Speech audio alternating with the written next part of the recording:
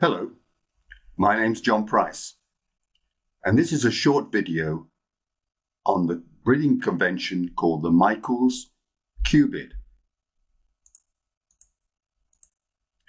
Let's have a look at an example. A very nice hand. In particular, I like the fact that it's got a lot of the two major suits of spades and hearts. In fact, it's got 5 of each. Let's evaluate the value of this hand.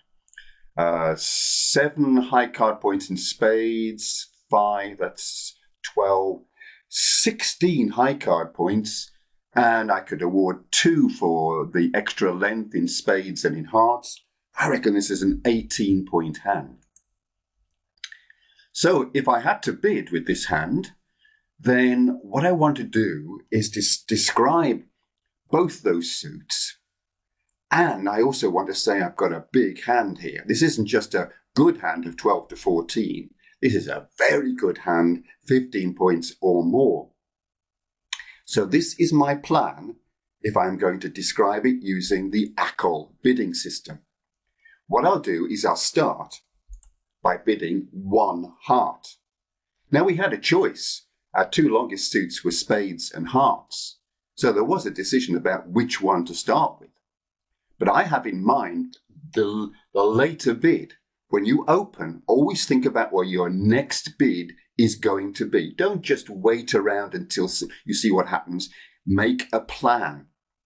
And my plan, when I open 1 heart, I have an imaginary barrier in my mind of 2 hearts.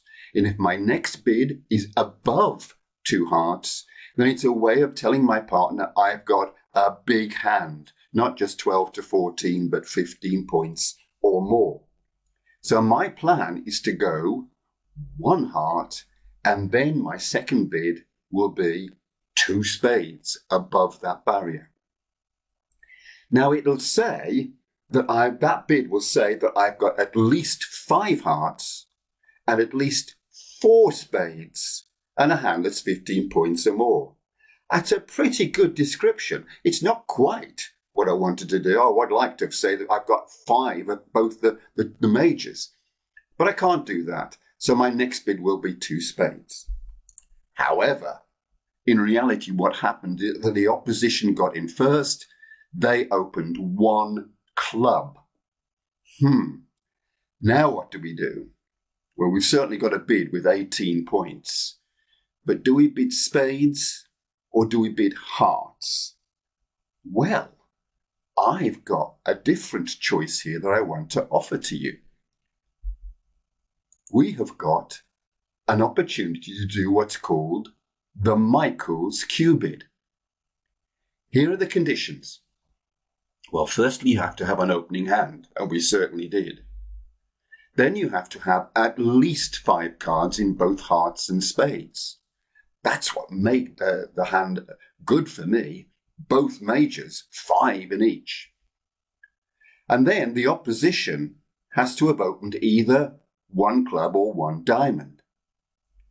If all those conditions are met, and it doesn't happen all that often, then what you do is you bid the opponent's suit.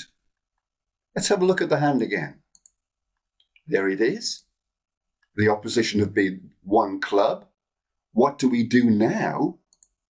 We bid 2 clubs. Now that's bidding the opponent's suit. That should make the opponents and your partner sit up and think, what on earth is going on here? Then your partner quickly realizes that we're playing the Michaels cuebid convention.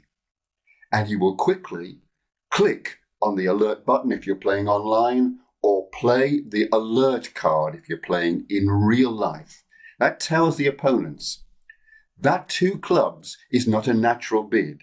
It's saying nothing about clubs. It's saying my partner has got 5 spades or more, 4 hearts or more, and an opening hand.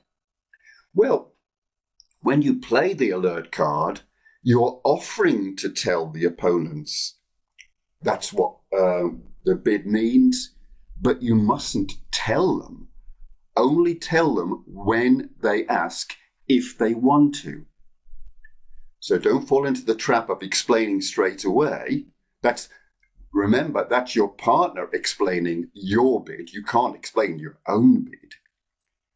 But you're not allowed to do that explanation until they ask, or even if they ask. So now that's a great bid. We've described our hand. It's an opening hand with 5-5 at least in the major suits. What about if they open one diamond? No problem. Again, you bid the opponent's suit. That's the shocking thing that should make everybody sit up and think, especially your partner. But if they bid one heart, and that's a different matter. Remember, the conditions were the opponents bid one club or one diamond. In this case, well, I don't really want to tell my partner that I've got 5-5 in the majors. My partner's not going to have many hearts, so all I'm doing is telling the opponents I've got 5 hearts as well. So I think here we're just going to have to be a little bit relaxed and do an overcall of 1 spade. Remember, an overcall, you can do an overcall with 8 points or more, but you must have 5 spades. What about this example? Another nice hand. And gosh, the opponents have bid 1 club. And we've got not just 5-5, but we've got 6 hearts and we've got 5 spades. I'm dying to use the Michael's bid, but I can't. All right, don't go 2 clubs there. Why not?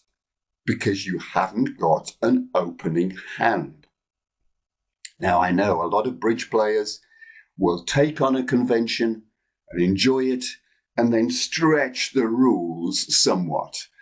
Oh, it's very nearly an opening hand, and I'm dying to tell my partner that I've got a 6-5 in the majors. I don't think you should stretch the rules like that. How about this example? There's no 5-5 in the majors. What's going on here?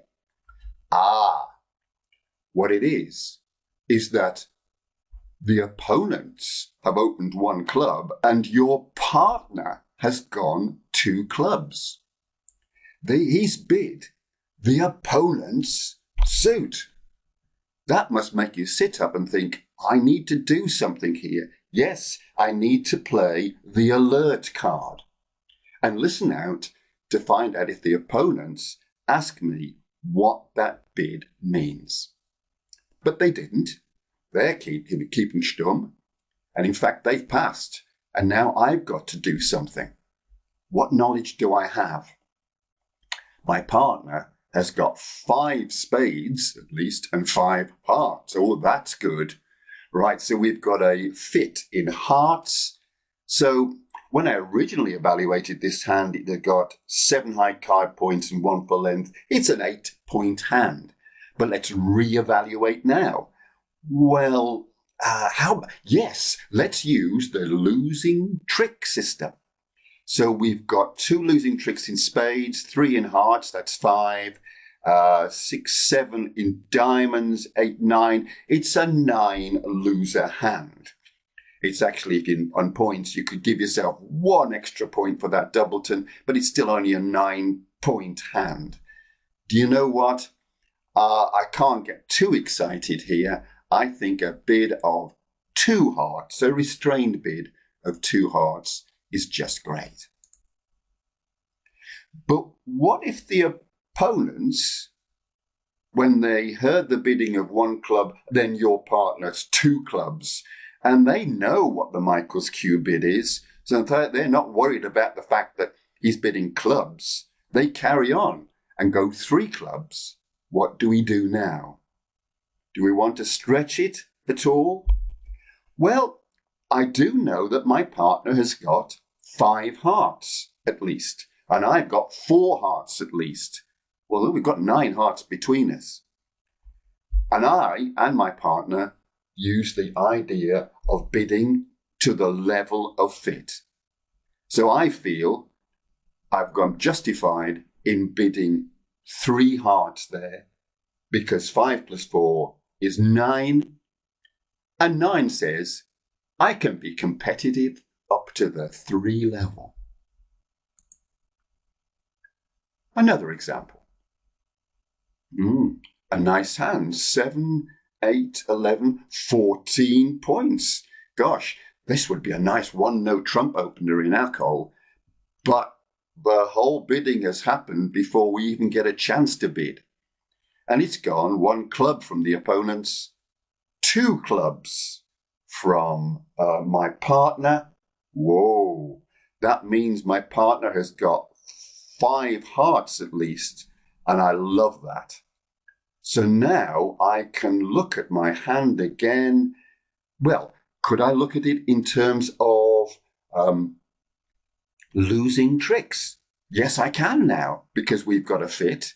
So how many losing tricks have I got? 2 in spades, 2 in hearts, that's 4. 1 in diamonds, that's 5. 2 in clubs, that's 7. I've got a 7 loser hand.